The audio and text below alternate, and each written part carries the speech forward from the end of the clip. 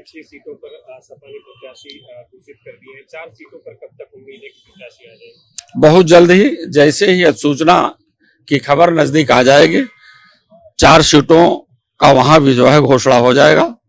क्योंकि मामला अभी इंडिया अलायंस से है, अभी राष्ट्रीय नेतृत्व दोनों लोगों से बात होगी, उन मुद्दों पर देख करके प्रत्याशी घोषित कर दिए जाएंगे। फूलपुर में बड़ा असमंजस है, तमाम जो कार्यकर्ता हैं वो प्रोटेस्ट कर रहे हैं प्रत्याशी को लेकर के। ऐसा कुछ नहीं है, किसी भी प्रकार से कोई दिक्कत नहीं है। क्योंकि फूलपुर से कई हमारे साथी समाजवादी पार्टी के कार्यकर्ता लड़ना चाहते थे।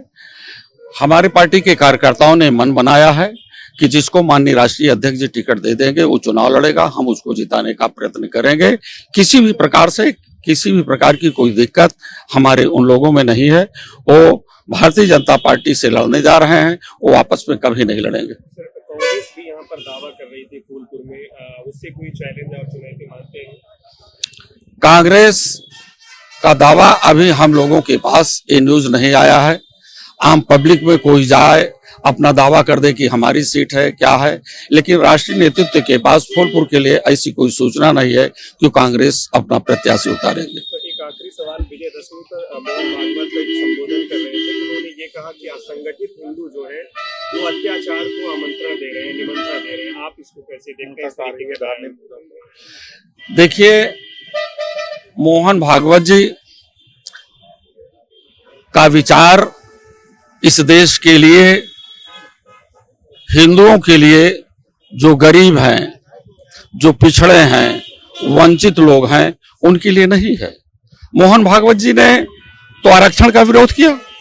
बाबा साहब डॉक्टर अंबेडकर जी का संविधान देश के ऐसे लोगों के लिए अवसर दे रहा है, लेकिन मोहन भागवत जी का जो संविधान है कि हिंदू असंगठित है, हिंदू पीडीए के माध्यम से संगठित हो रहा है और पीडीए को मजबूत करके भारतीय संविधान के द्वारा वो अपने अधिकारों को प्राप्त करना चाह रहा है। 10 सालों के शासन में भारतीय जनता पार्टी ने जो डॉक्टर साहब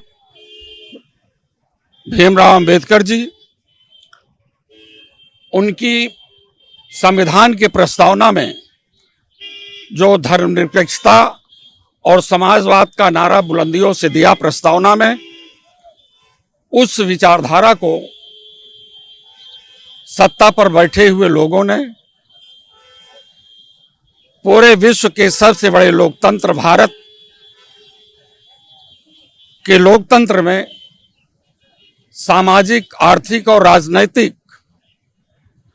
स्थिति में गैर बराबरी न जाने पाए, इसके लिए लोकतंत्र के गर्भ में इन्होंने शेंगोला स्थापित किया है।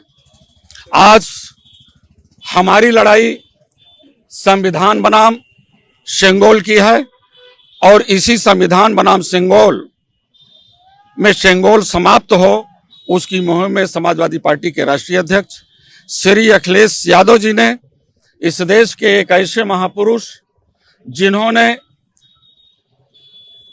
शोषितों, वंचितों, पीड़ितों की एक प्रबल आवाज रही है, कोल्हापुर के नरेश रहे हैं छत्रपति साहू जी महाराज, जो कुर्मी समाज में जन्मे थे।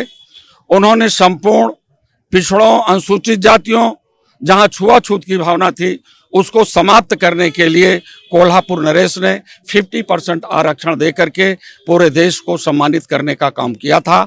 उसी मुहिम को लेकर के जो संविधान खतरे में है, संविधान को बचाने के लिए समाजवादी पार्टी के राष्ट्रीय अध्यक्ष श्री अखिलेश यादव ने 26 जुलाई 1902 में जो कार्य छत्रपति साहू जी महाराज ने किया था, वही कार्य उन्होंने, जो संविधान अपमानित हुआ है, संविधान को धोखा देने का काम किया है, संविधान मान स्तंभ स्थापित करके पूरे देश के ऐसे लोगों का, जो गरीब हैं, वंचित हैं, पीड़ित हैं, ऐसे लोगों को सम्मान देने के लिए भारतीय संविधान को बचाने का प्रयत्न कर रहे हैं।